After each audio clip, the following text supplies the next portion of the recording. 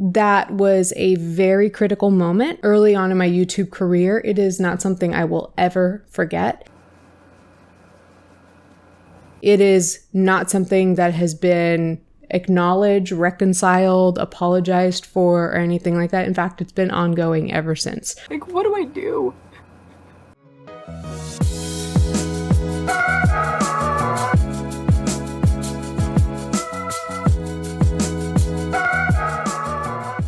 Hey there, and welcome back to my legs. It's funny because a few of you really enjoyed seeing these beauties in my more recent main channel video, and I like that you like that. In fact, these past couple of videos, I really just kind of been playing it up with my outfits and having fun. I think it might be that I'm growing to like my hair, but either way, I think I'm going to be giving you guys some more like hot girl summer vibes. And some of you out there really don't like it when I say anything remotely positive about my looks. So, bite me.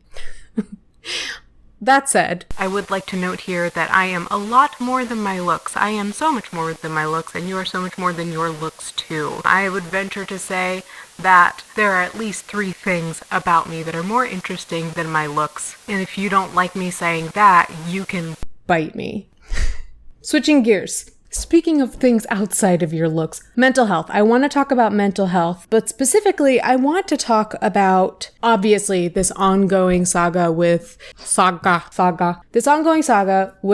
Gabbie Hanna and her just kind of like going off on these tirades. People speculating as to whether or not she's manic, hyperactive, other speculations I don't really want to perpetuate. A lot of people wondering what's been going on with her. I'm not escaping this topic this week, nor do I want to. You guys know that well, you might not know because I've got some new subscribers here. Hello. Hi to you, by the way. Thank you. Thank you guys. Sidetracked. It's not because I have ADHD, to my knowledge. I just get distracted sometimes. But many of you know that I have been the target of a Gabbie Hanna hate mob. A targeted harassment was aimed at me. How do you what is the verb you put with targeted harassment? A targeted harassment was targeted at me, what? And I hate using the word victim, but that's what I was. I was the victim of a targeted harassment last summer when Gabbie Hanna was going through another sort of episode. I'll just call it that. She called it a mental breakdown, but I was unfortunately targeted at that time. And because it happened more I'm guessing here, but because it happened more towards the end of her episode and people were confused as to what was happening, I feel like what happened with me really flew under the radar. And at the time, I remember feeling so alone, but thankful for having the people that I did online, particularly my patrons, because they are aware of what's going on online and kind of know how to be present for me. I do have people in my real life that were there for me, but just didn't understand, all the nuances of this stuff, this like online bullying within the YouTube community and on Twitter and all of that. So if you get that world, you'll understand this video better. At the same time, I kind of want to say I'm sorry because it's a stressful place when you combine YouTube drama and Twitter. It's stressful.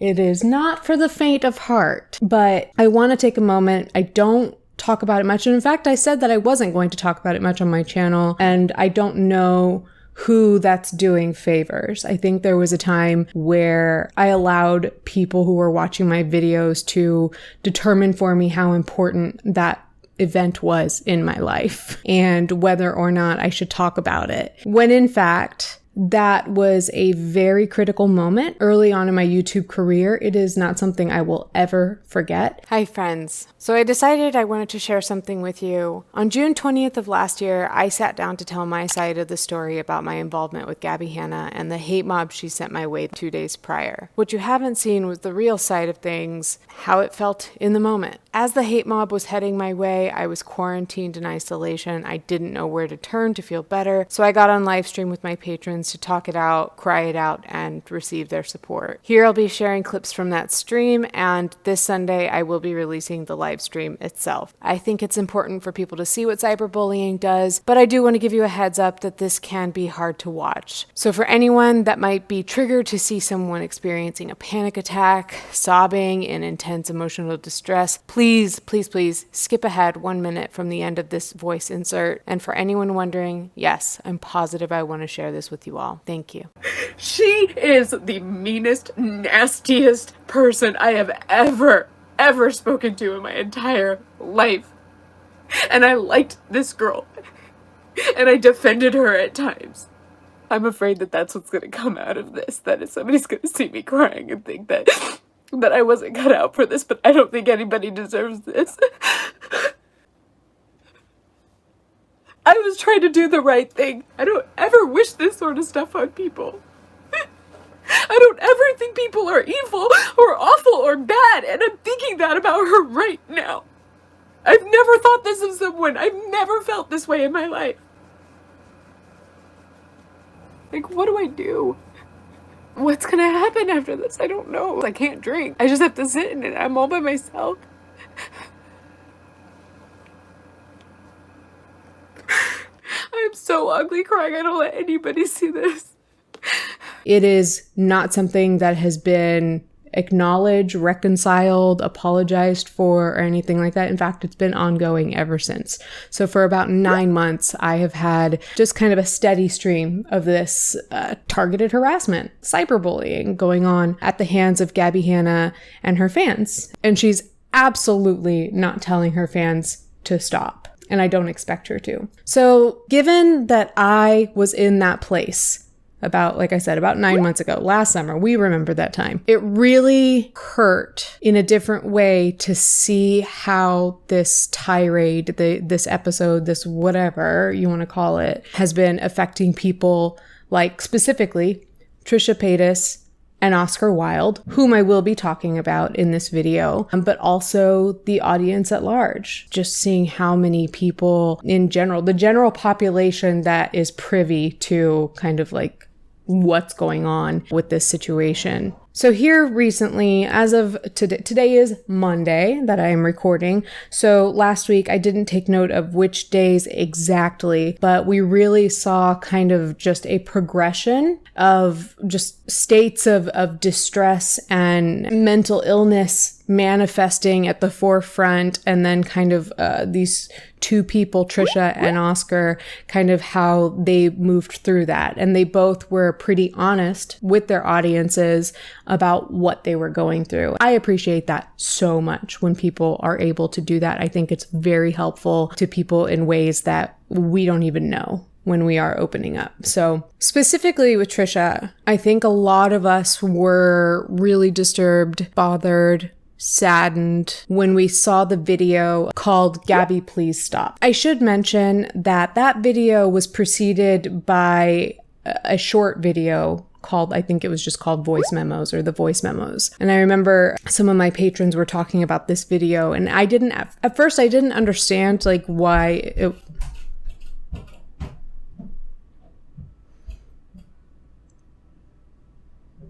I don't hate people, but I think I hate the people upstairs. I think I hate you.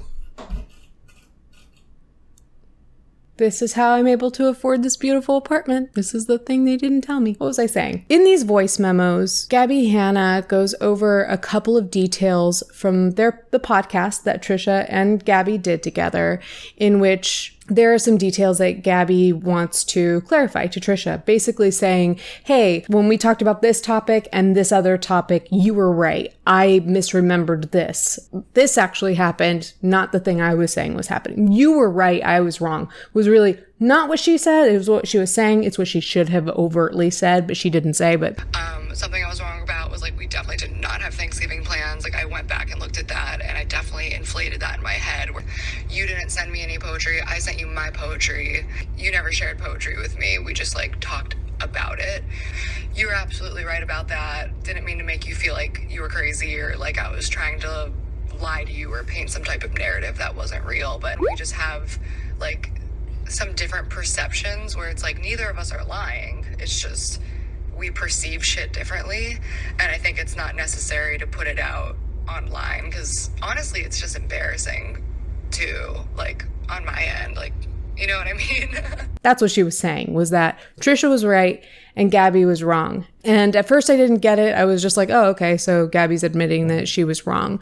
But then it got me thinking of all the implications here and why these 2 voice memos about what Gabbie got wrong were so critical in this situation, and why it's so saddening. And perhaps you're in the same boat where you're like, what's so significant about these voice memos? We talked in the last video, I think, my last main channel video, about how after this podcast, the Burnout podcast, where Trisha came on and hashed things out with Gabbie, I've talked about how Trisha went on their channel, second channel, something like that, to kind of clear up some details, because although they didn't watch the podcast when it went up, they did check out the comments, and they saw that a lot of Gabbie fans were in the comments talking about how Trisha was gaslighting Gabbie, which is no surprise because that is exactly what Gabbie said to Trisha the moment they disagreed on how any events played out. Trisha told us, I don't know if it was shown in the podcast, but either way, at the very least, just trusting what Trisha told us. Apparently Gabbie was just like, as soon as they started to disagree on details, Gabbie was like, you're gaslighting me. And I think I noted in one of my videos that, you know, just because you're disagreeing about something or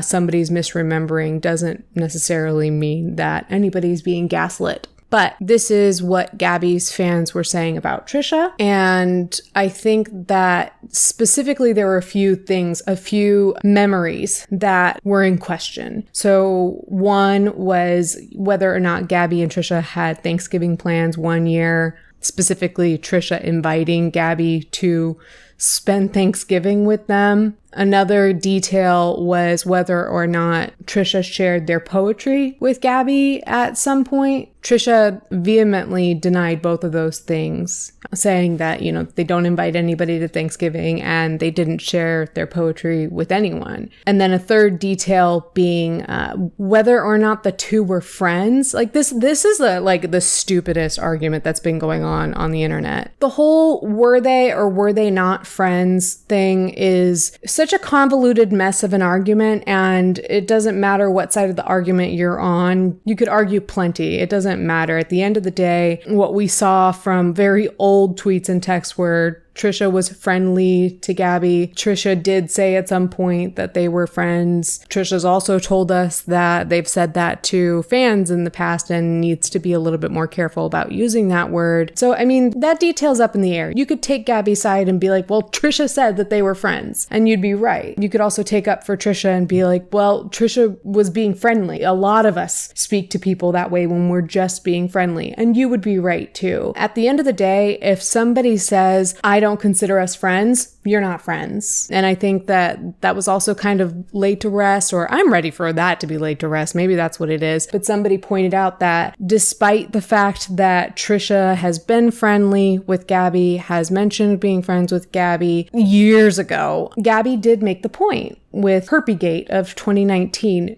Gabbie did make the point that she did not feel it was appropriate to approach Trisha about the herpes rumor because they were not friends. She was friends with Jason Nash, and so she wanted to talk to Jason Nash about it, and David Dobrik, apparently, because it's apparently David's business as well. Sarcasm. And what I'm not hearing enough, by the way, is that, first off, we're assuming that Shane was the person who started or perpetuated this rumor about Trisha, which is so evil and is really just showing how much of a mean person he is too. But anyway, just because Shane is the person who told the rumor does not mean that Gabbie is without fault.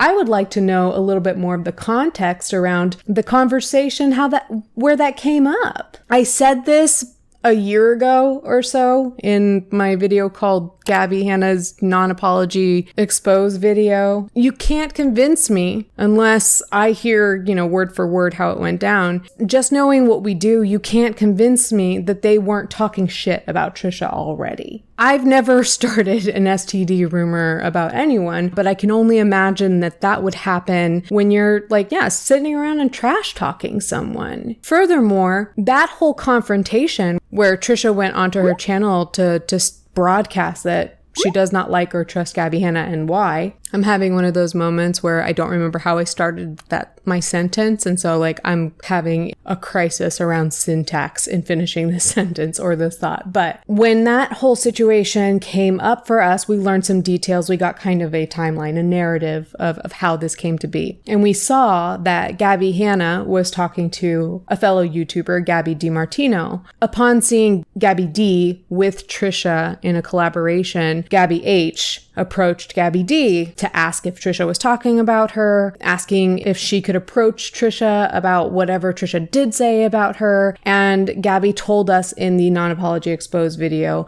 that she was looking for a confrontation. She'd been looking for a confrontation with Trisha for a long time. And that is not indicative of a friendship. It's not. Here's my speculation.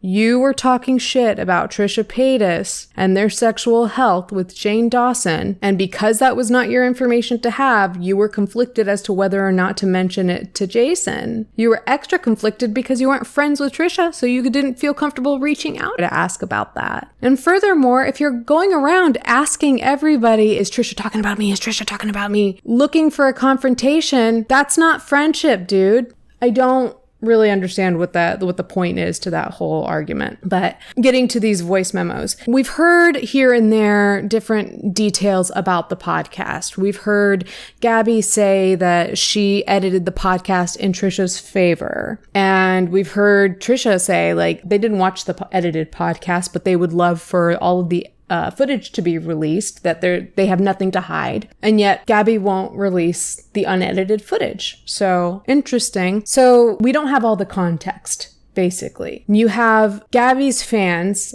in the comments of this podcast where Trisha was doing Gabby a really big favor. Look at those numbers, right? But the fans were in the comments saying, you're gaslighting Gabby, you're gaslighting Gabby, you're gaslighting Gabby. These things did happen. So for Trisha to have been another target of Gabby's, and side note, I truly in my heart of hearts believe that Gabby has roped Trisha into this situation because Trisha brings Gabby views. Everything that Gabby accuses other people of doing with her name, she's doing with Trisha. And that makes me sad because this video is meant to focus on how that impacted them being Trisha. How it affects Gabby, I'm becoming less and less concerned with. But I think that Trisha is a pawn in this game. That's all to say that I hope Trisha sees that this is actually, in many ways, in my opinion, not personal. It is just that you have a lot of things that Gabby wants, and so Gabby is targeting you,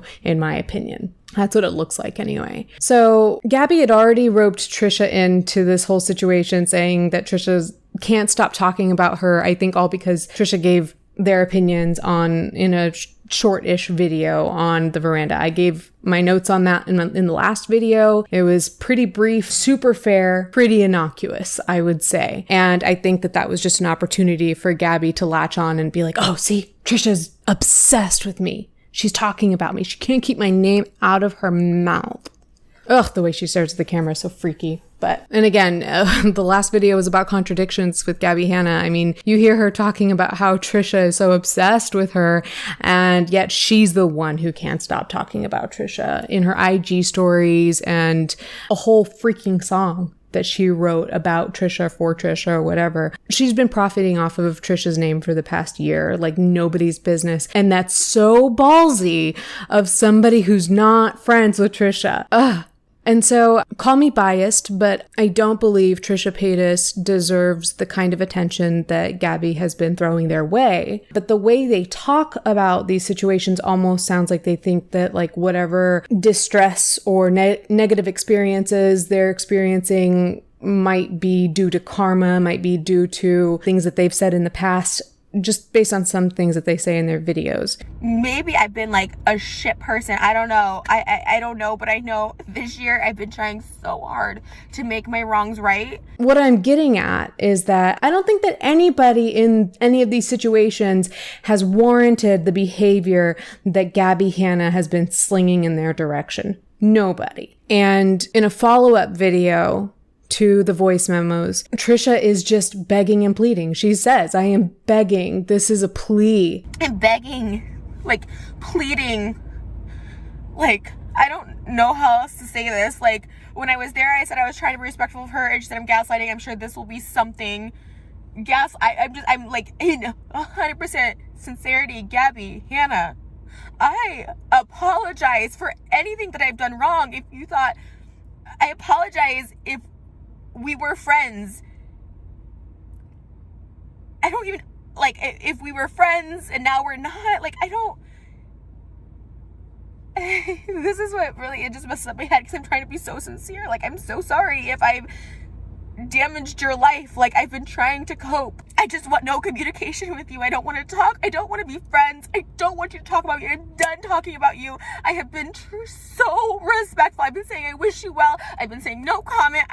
Just back off. There was also a follow-up to that the next morning when thankfully they were doing much, much better. But they talked about how they have a recent diagnosis of schizophrenia and that some of the voices that they hear were kind of stronger or there were more, not necessarily Gabbie's fault, but they did talk about kind of like how, what I call it is catastrophizing, how they were catastrophizing and saying that they were worried that they were going to lose their YouTube channel and their relationship with Moses and the relationship with the Kleins and everything that they have and love and have worked for, which is really interesting because I remember thinking the same thing. When I was targeted by Gabbie Hanna, I was really worried at first. I was like, oh my God, this girl's going to run me off the internet. And in being strong and holding on through the situation, I realized, oh no, you're going to have some annoying people in your mentions all the time on Twitter, but this is not going to hurt your YouTube career. And for sure, this isn't going to hurt Trisha's career. But I understand, like, when you're in that place, you can worry about those things. And I don't know what it's like to have schizophrenia, but they talked about how they had to block off their stairs because there are some voices that tell them to go jump out the window or something like that. It was just really sad that they had to take precautionary measures to keep themselves safe because Gabbie Hanna just would not let up. And if I'm not mistaken, the next morning, I think Gabbie was still at it. This was definitely around the same time that Gabbie was like dancing around in her bathroom, which that video was embarrassing. I am convinced that the video of Gabbie dancing around in her bathroom was just meant to rub this in Trisha's face. If you want to seem unbothered, then just show us your life, just like you have been, like hanging out on your balcony and whatever, but dancing around, singing I don't give a damn about my bad reputation, and just like shaking your ass in front of the mirror and like making these odd faces and smiling into the camera. Like, you're rubbing it in Trisha's face. And I don't think you're hiding that fact. And this isn't news to anyone, but it just shows how incredibly mean this person is. And that's all it is. This person is mean. I would even argue sadistic, but we'll get there. This is a super quick reminder to like this video and subscribe to my channel if that's something you want to do. If that's not something you want to do, just don't. I'll shut up and start talking now. So thankfully, Trisha was doing much better the next day, and as far as I know, has been doing okay since then, and hopefully they continue to feel okay. It was just really sad to watch. And very similarly, it was really difficult to watch the situation with Oscar Wylde play out. I will say that I didn't know who Oscar Wylde was prior to this situation. And the more that I learn about him, the more I see how he talks to people, the more I see how he kind of like talks to himself. You can kind of see in these tweets that I'm going to share the way he's spoken to people, the way he thinks. I really respect the dude. He seems to be a very nice guy. And I personally really respect the way he was able to kind of stand his ground with Gabbie on saying that I am not retracting the opinion I supported, or my support for the opinion I supported, perhaps is a better way to put it. But just because he was able to stand strong in his convictions doesn't mean that he didn't have a hard time with this. And that was just so difficult. That was really difficult to watch. Because I've seen it played out in myself. We saw it play out with Rachel Oates, with whom I'm friendly. That makes me really sad to watch that play out with Rachel. We watched it play out with Trisha. And all of these people have different mental health conditions. Just like I said, like most of us do, and they're all different. And so they all manifest differently. And I will just say that it seems like everyone who has been targeted by Gabbie Hanna has had their mental health really challenged, really tested, and it's sick. It's interesting how it happens in different ways for different people. And I don't know much about Oscar's mental health except for the fact that he mentions depression, and I believe he mentioned that he's sober. If I get too into it with sobriety, this video will be hours long. But one can imagine that being in sobriety, you're really trying to develop these different coping mechanisms, and some people are restructuring their social circles and really their day-to-day lives. While it's every person's responsibility, if they're sober, to maintain their sobriety, you can definitely fuck with somebody's sobriety. I was almost 8 years sober when I feel that Gabbie Hanna fucked with my sobriety. So if I had a drink that day, that would have been on me. I would have taken full responsibility for it. But that doesn't mean that you can't contribute to these things. So like Peter Mon said this, and I think it very much holds in my situation with Gabbie, but definitely in the situation with Oscar. Peter Mon said that if somebody comes for your sobriety, they are wishing death upon you. And I don't believe that Gabbie Hanna, if she is an intelligent person like she says she is, I don't believe that she had not thought at all about the fact that Oscar was newly sober while calling him these names and sending her fleet, her army of skanks, in his direction. That's sick. It's sick. It's twisted. Just like all the words that she calls other people. Cruel is really a really good descriptor for this behavior. And I just kind of want to read Oscar's tweets around that time, because I really think that kind of shows the progression of his emotional state during all of this. And that wavers, by the way. You know, you have moments where you feel great and then you feel really shitty. You feel great, you feel shitty.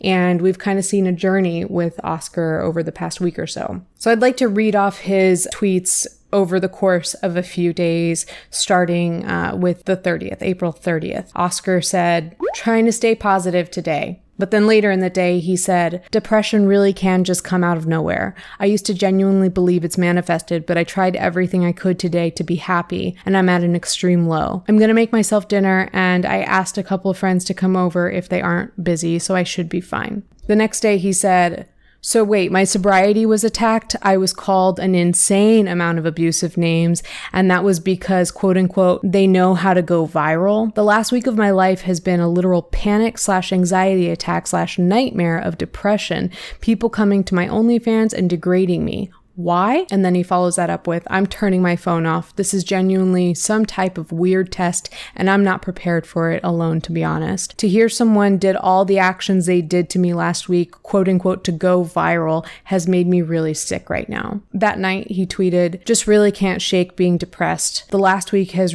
really been fucking with me, and it's just gotten overwhelming." Broken heart emoji. And again, later that night, it looks like he was responding to somebody who's deleted their tweet, but he says, "A full moon did not cause this depression. One human in particular has, and I don't even know them. When you work hard on yourself for years and someone degrades that progress to millions of people with zero context or lies, it can affect you severely." Later, he said, "This type of shit is genuinely damaging. Like, because of this initial stress, it's making things I would attempt to handle normally just insanely overwhelming. I just had a fucking panic attack and I'm on the ground with my puppy. This shit is no joke. I've got no one. To be proud of sparking someone's PTSD and make them ball up into a corner because of the last week is a hell of an accomplishment. Congrats on that quote-unquote power. When you use that power to make someone you don't even know want to use and fuck with their sobriety because of bullying. I purposely go out of my way, even when people call me a quote-unquote pussy-ass bitch, to be a bigger person. I have drug abuse issues and PTSD from multiple issues that all of this triggered. To hear this was not an episode and was done for humor is the most hurtful thing someone's done to me. She was literally baiting me to engage, and in doing so would spiral me into using/drinking, and it's why I didn't engage, and then called me numerous/slanderous names to millions of humans. This was a game? Who won? I literally just need a hug and someone to tell me I'm strong and can do this. Fuck, this is so embarrassing. I'm literally in my fucking closet shaking with my dog. What the fuck has happened to me? I'm gonna stop tweeting, but this is my only outlet right now. It's so embarrassing. And then he said in the morning, so glad I have a Twitter to recap my manic episodes. That entire day was just a massive disappointment, but I'm alive. I have no idea what I'm going to do now, but I feel better, and that's only because of y'all. Heart. He also said, I have insane PTSD that's triggered from all of this, and I can't believe I'm being pushed to a point where I need to talk to a psychiatrist about it. Super happy this was all for quote-unquote trolling. Creating actual victims while fictionally playing a victim to your audience. Chef's kiss. Followed up by, it's the fact I genuinely felt bad for their mental health and wish them well, while being baited and literally having my character degraded and being called horrendous names. It reset a lot of things I've worked hard to overcome. Just mad at myself for in any way caring. So again, we're seeing somebody who is vulnerably showing us their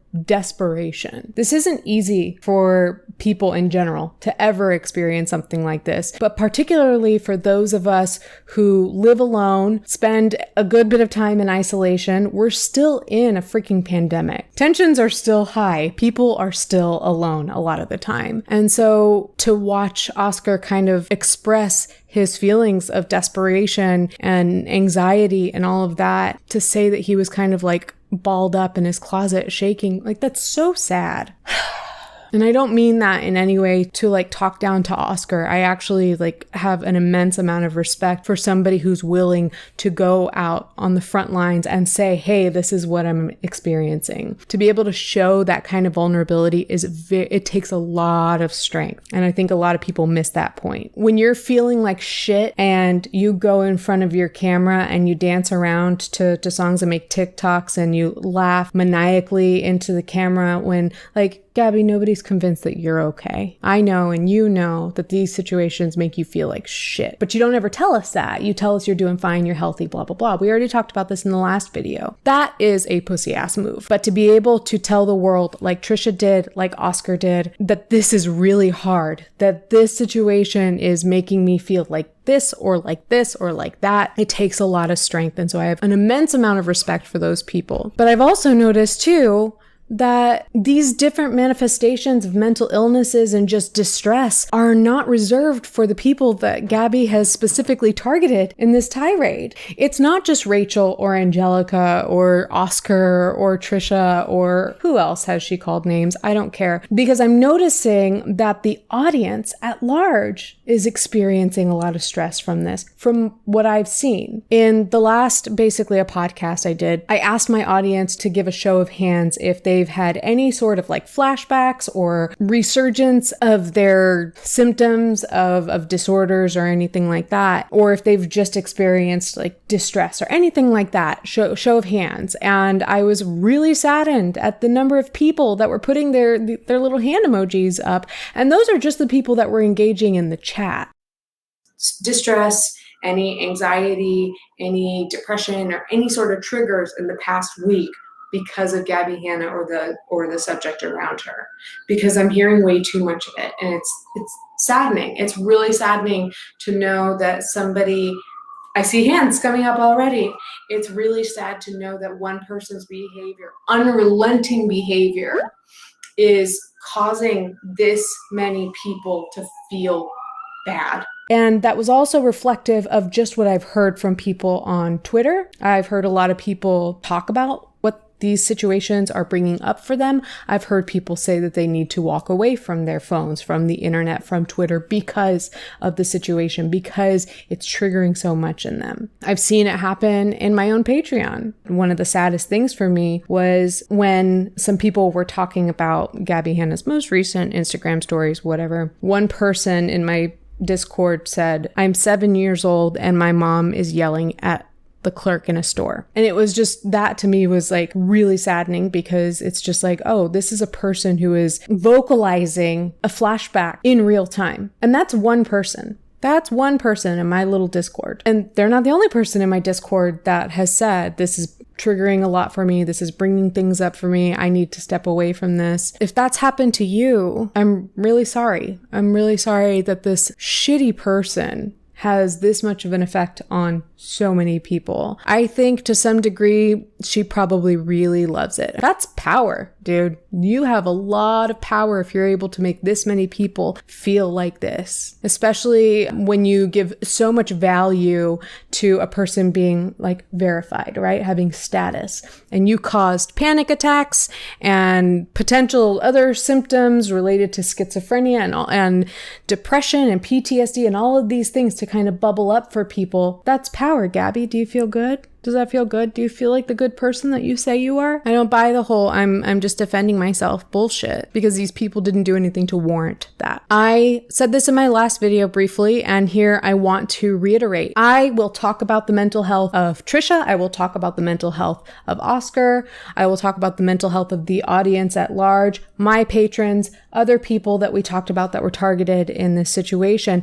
But what I'm done talking about is the mental health of Gabbie Hanna. For the most part, I'm sure it's going to come up in conversation, but I don't want to consider anymore, like, what could she be going through right now that's causing this? Because I'll tell you what, nothing mental health related causes somebody to behave in this way. This is just somebody who's mean. This is just somebody who's cruel. And I'm going to take it a step further, because even after people have begged her to please stop, let up on me, you win, white flag, it's waving, and you continue to hurt that person, that's overkill. And I consider that sadistic. And so once I'm at the point where I'm witnessing sadism, it's like emotional sadism. I don't know if that's a thing, but that's what we're going to call it, because I'm pretty sure you can understand what I'm getting at. When you see somebody kind of being emotionally sadistic, it gets to the point where I don't have to consider your mental health anymore. I'm sorry, you've lost that privilege.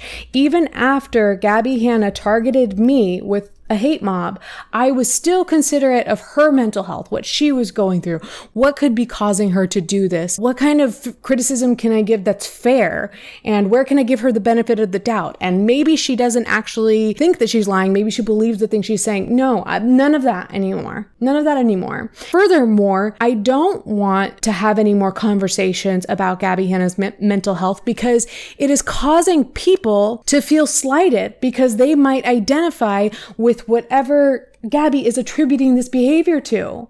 There are people who have ADHD. That's what we keep hearing so much about.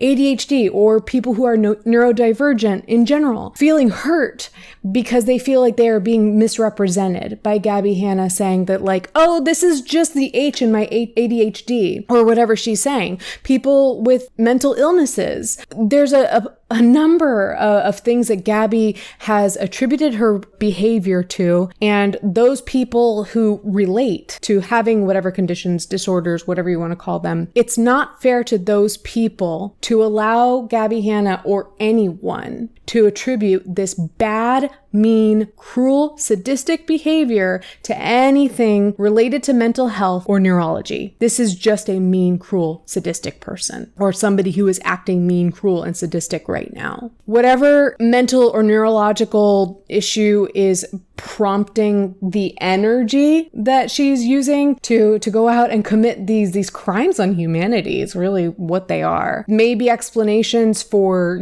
what's triggering this episode or whatever, but I don't don't think that Gabbie Hanna deserves that anymore. At this point, I don't care if she feels better or not. I'm sorry that I'm not sorry, but I am more concerned at this point with how much she is knowingly hurting people that she's targeted, and then, like I said, the audience at large. And that's who I'm concerned about right now, especially right now that I feel strong in myself, knowing what those people are going through generally, because like I said, we all have our different, cocktail of issues that are manifesting when these situations arise. But it makes me feel for these people, and it makes me really, really, really fucking angry. Angrier, possibly, than I was when it happened to me. So, I'm saying that we should consider the mental health of Trisha Paytas. We should consider the mental health of Oscar Wylde. We shouldn't anymore with Gabbie Hanna. I mean, if you want to, go for it, but I'm done partaking in the conversation about what could be going on with her. I'm done. And you could say that I'm playing the judge and the jury, and sure, like that is what's happening. I have a commentary channel. I talk about my opinions. And so right now,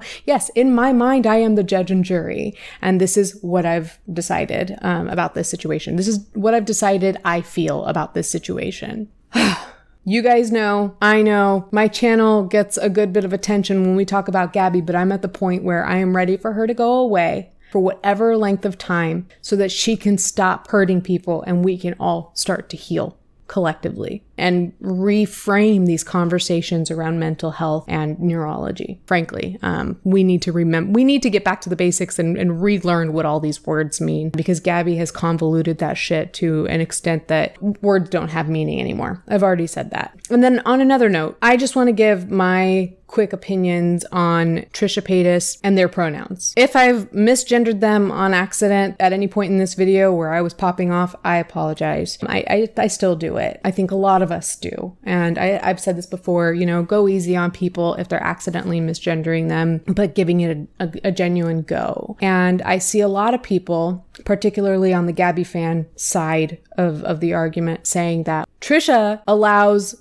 Moses and Ethan and family or whatever to say she, her. And now Trisha's saying, like, I don't care if people use whatever, pronouns. I've seen Gabbie Hanna fans saying that Gabbie is owed an apology because Trisha said this. And what I didn't mention is Gabbie has been misgendering Trisha this whole time, to the point where you can't deny that she's aware she's doing it. So it is very intentional. She's very much aware that she's doing it. And now Trisha's saying that they don't mind. So I will say this much. I think that no, Gabbie does not deserve an apology. She didn't know whether or not Trisha was bothered by this. And just because Trisha says that they're not bothered by this doesn't mean that it's not wrong. They've expressed a deep appreciation for people using the they, them pronouns. They said that they feel seen when that happens.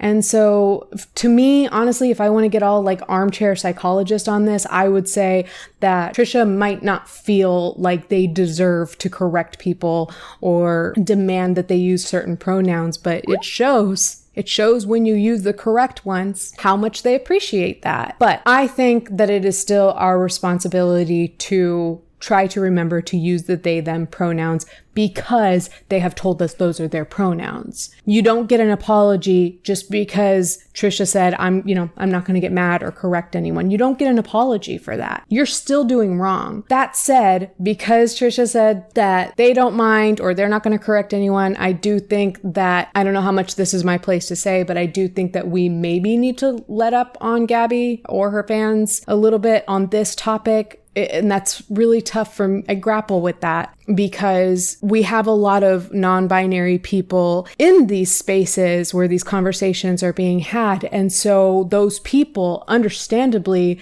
take these situations, these arguments to heart. They take them personally. So disrespect for Trisha Paytas's non-binariness feels like disrespect to theirs. For some people, I'm sure not all people. At the same time, it's almost like if Trisha has forgiven her in a sense, then we perhaps I hope that makes sense. Like we shouldn't continue white knighting for somebody who's essentially said, this is not a problem. So as much as I think it's a problem, as much as you might think it's a problem, Trisha doesn't see it as a problem. So we kind of have to let that be for now until they change their mind, if they do. I really did love, though, in this video where Trisha gave us an update about how they were feeling. They talked about how we know that they've struggled with identity a lot. It's almost like their identity, they were saying, I don't have a gender, I don't have an identity. But in a sense, like that has kind of become their identity from what I can see. And we hear Trisha saying things like, everything about me is fluid. My gender is fluid. My sexuality is fluid. My religion is fluid. And then they go on to talk about Moses and how Moses has this very firm belief that we are all water and we are all, I haven't looked into like his ideology and what all this entails, but I just started to think, oh my gosh, how perfect are they for each other? Like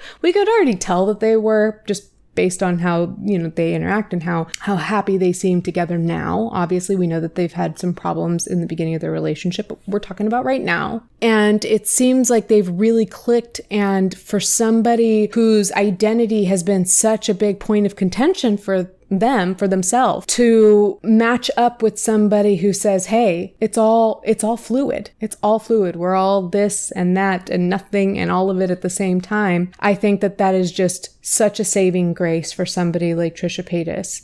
And I think that them finding somebody like Moses is it's a testament. It's almost like, I don't know how you might want to put it, or if you believe in this sort of stuff or not, but it's almost as if God has presented this person, or the universe has presented this person into their life at the right moment because they were ready to they were ready to grow and accept this love. And I think that's amazing.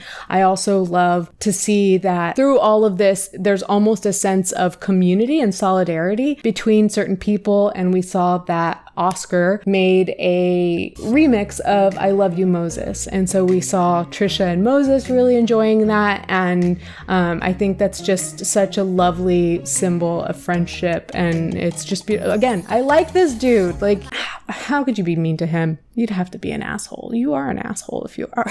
So I really hope that some more good comes out of this. I hope that we can kind of lean on each other when we are starting to experience anything negative, whether it be due to this situation or otherwise. Continue to be there for someone. Tell somebody you love them today, please. Right now, take a moment. Text someone, tell somebody in your household, just let somebody know that you love them, or you're checking on them, or you're thinking of them, or something, because that's really the only hope we can have for people going through situations like this together. So without rambling, that's my thoughts on the whole mental health topic around Gabbie Hanna, Oscar Wylde, Trisha Paytas, and the audience at large. If you enjoyed this video, you can give it a thumbs up, only if you want to, only if you enjoyed it, honestly. If you do want to support me, if you haven't subscribed to my channel, you can do that now. I've really been excited to see that more people are subscribing to my channel, and I would love it if you would too. Lastly, you can join my Patreon, where we have more in-depth and kind of more private conversations around this stuff. And I'm not going to be apologetic about what I say in private conversations. So check out Patreon for that. But yeah, I'm really excited. Like I said, today's Monday, tomorrow's Tuesday. I'm really excited to hear you guys' opinion on this situation. And hopefully we see kind of an end to this here soon, as this hopefully is losing steam. So to you, the one person who's watching, who's not me, thank you so much. Whether you're returning to my channel or this is your first time, thank you for hanging tight this long. My goodness, my videos are never short. So thank you. Thank you for being here. I love you, dude. And you will see me in the next one, or we'll see each other in the next BAP. All right, thanks. Bye.